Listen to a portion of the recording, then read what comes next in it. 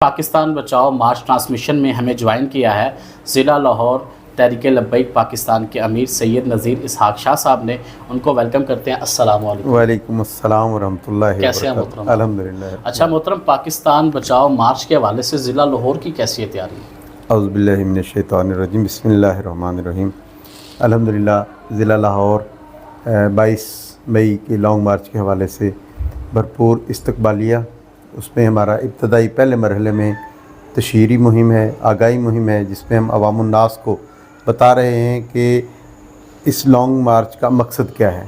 اس میں ہماری یو سی سطح سے لے کر پی پی سطح تک کی ریلیز کا قیام عمل میں آیا ہوا ہے روزانہ کی بنیاد پر، اور ہر گلی محلے میں، ہر مارکیٹ میں اپنے پوسٹر بینرز لگا کر ہم بتا رہے ہیں عوام الناس کو کہ یہ وقت ہے آپ کے نکلنے کا اپنے حق کی خاطر، پاکستان کی عوام کی بقا کی خاطر. تو الحمدللہ اس میں پہلے مرحلے میں ہم تشہیری مہم اور آگاہی مہم کا آغاز کر چکے ہیں، اور یہ جب تک لاہور میں قافلہ نہیں پہنچ جاتا اس سے پہلے انشاءاللہ یہ عمل جاری و ساری رہے گا انشاءاللہ. اچھا محترم، میرا آپ سے اگلا سوال یہ ہے کہ پاکستان تحریک لبیک کے مارچ کے اندر یہ آپ لوگوں کے مطالبات کیا ہوں گے، اور ان مطالبات کو کیا حکومت مانے گی؟ جی، اس میں جو مطالبات ہیں وہ عوام الناس کے حوالے سے آپ کو بخوبی اندازہ ہے کہ بڑھتی ہوئی مہنگائی ہے جو عوام کو کمر توڑ حالات تک اور جن کے خودکشیوں پر لوگوں کو مجبور کر دیا ہے. اس کے لیے حکومت کی ناقص حکمت عملی ہے، اور جس میں ان کو یہ بارآور کروانا مقصد ہے کہ عوام الناس کو ریلیف دیا جائے. اور انشاءاللہ العزیز عوام الناس کو اس بات کا ادراک بھی ہے اور یقین بھی ہے کہ جب تحریک لبیک یا رسول اللہ پاکستان میدان میں آتی ہے تو اپنے مطالبات کو منوا کر ہی اپنا دم لیتی ہے. اور یہ ہماری تاریخ ہے الحمدللہ. نہ ہم بکنے والے ہیں، نہ جھکنے والے ہیں. اور جس انداز سے آپ کی علم یہ ہے کہ امیر محترم نے فرمایا کہ ہم نے پہلے جب ہڑتال کا آغاز کیا فیول پرائز کم کرنے کے حوالے سے، تو یہاں تک آفر تھی کہ آپ اپنا کمیشن لیں اور سائڈ پہ ہو جائیں. تو لیکن ہم اپنی عوام کے ساتھ کھڑے ہیں الحمدللہ، اور اپنے مطالبات کو منون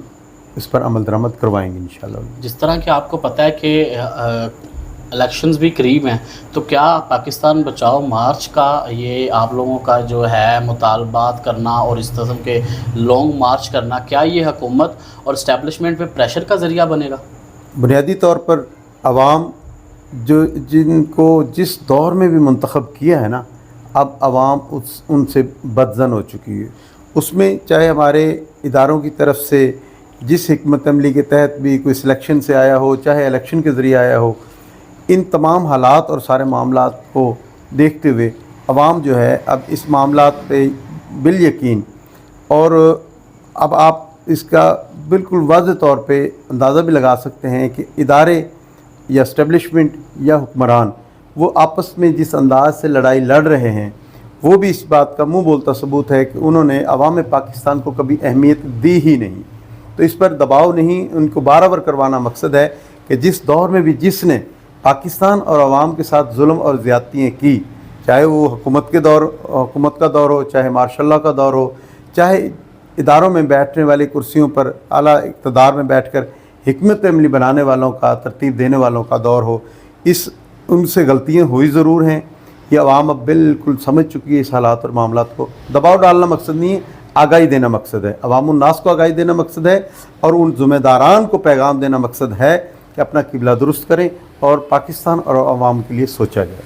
اگر مارچ کے دوران حکومت کی طرف سے آپ لوگوں کو سیٹ ایڈجسٹمنٹ کی آفر ہوتی ہے تو اس حوالے سے کیا کہیں گے؟ سیٹ ایڈجسٹمنٹ کا جو معاملات ہوتے ہیں وہ ہوتے ہیں بنیادی طور پر نظریات کے اوپر. آپ کو پتہ ہے کہ تحریک لبیک جس نظریے پر قائم ہے، جس پر اس کی بنیاد رکھی گئی ہے اور جس پر وہ کاربند ہے، ان حالات میں ہمارے قبلہ امیر المجاہدین نے ایک بڑا خوبصورت انداز سے اس قوم کے ہر اس ذمہ دار کو پیغام دیا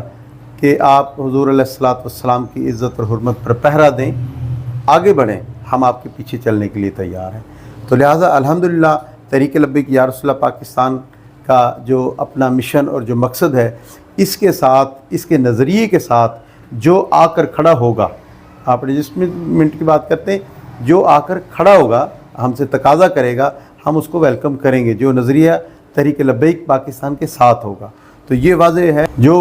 تحریک لبیک پاکستان اور نظریہ پاکستان اور اسلام کی بقا اور جن کے لیے تحریک لبیک پاکستان نے قربانیاں دی ہیں جس نظریے کی خاطر، اس پر کوئی آ کر کھڑا ہوتا ہے، معافی کا طلبگار ہوتا ہے اور توبہ کرتا ہے، تو میرے خیال کہ ہم انشاءاللہ العظیم کو ویلکم کریں گے، اور پاکستان کی معیشت کو، پاکستان کے وقار کو اوپر لانے کے لیے جو بھی فیصلہ ہوگا وہ اعلیٰ قیادت اس ٹائم پہ کرے گی انشاءاللہ۔ اچھا محترم، میرا آپ سے ایک سوال ہے کہ بعض لوگ کہتے ہیں، یہ سوالات مجھ تک پہنچائے گئے ہیں عوام الناس کے یہ عوام کی آواز ہوتی ہے، اور یہ عوام کی آواز ہے اور عوام کے سوال ہے جو میں قبلہ میرے محترم سے کر رہا ہوں۔ بعض لوگ کہتے ہیں کہ کیا تحریک لبیک پاکستان جو ہے وہ اسٹیبلشمنٹ کی بی ٹیم ہے، جب چاہتی ہے اس کو میدان میں اتارتی ہے؟ قبلہ اسٹیبلشمنٹ کے حوالے سے بہتان تراشی کی جائے یا تاریخ کو، پاکستان کی تاریخ 76 سالہ تاریخ کو آپ سامنے رکھیں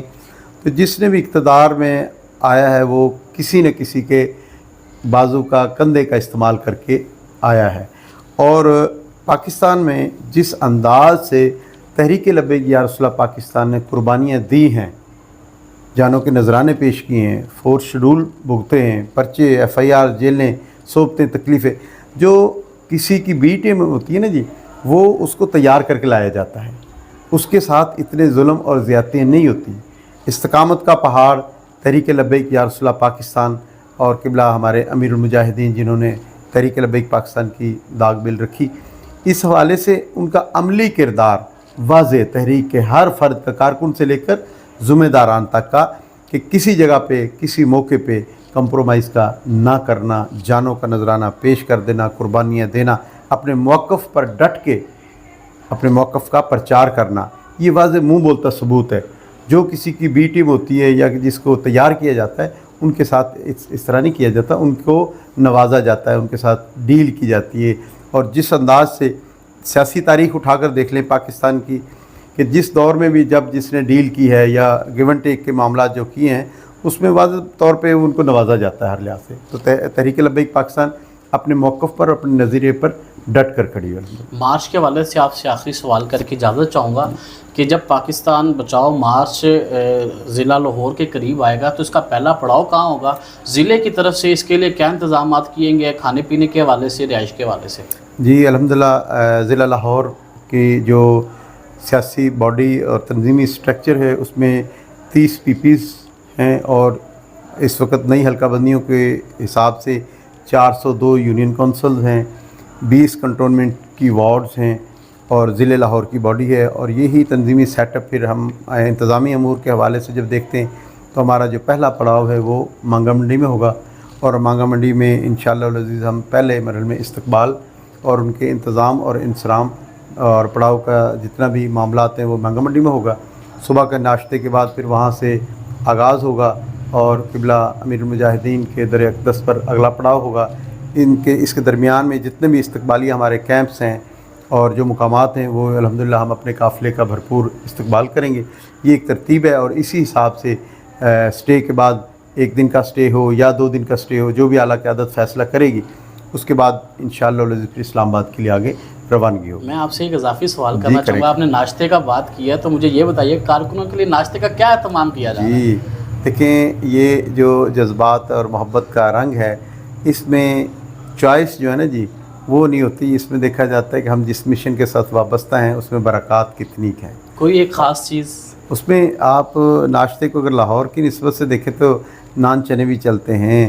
حلیم بھی چلتی ہے، انڈا پراٹھا بھی چلتا ہے، اور ایک چیز واضح میں آپ کو کر دوں کہ جب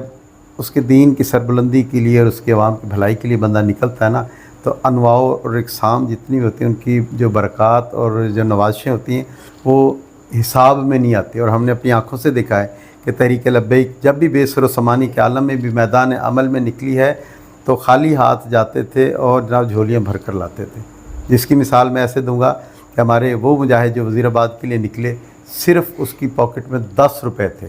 اور 3 دن کی واپسی، یہ میں اپنے داماد کی بات بتا رہا ہوں آپ کو، اس کی جیب میں 10 روپے تھے، اور وہ گھر سے ناراض ہو کر بغیر بتائے نکلا ہے، اور اس کے واپس آنے تک وہی 10 روپے اس کے پاس تھے، نہ اس کی بائک کا پیٹرول ختم ہونے دیا محبان نے، اور نہ ہی اس کو کسی جگہ پہ کھانے کی کوئی تکلیف آئی، اور وہی 10 روپے اس کی واپسی پہ اس ٹیم کے پاس، دونوں دوستوں کے پاس موجود تھے۔ وہ کہتے ہیں کہ ایک لمحے کے لیے بھی نہ اجنبیت محسوس ہوئی اور نہ ہی کوئی فکر لاحق ہوئی۔ سردی کے اس موسم میں بہترین ان کو اللہ رب العزت کے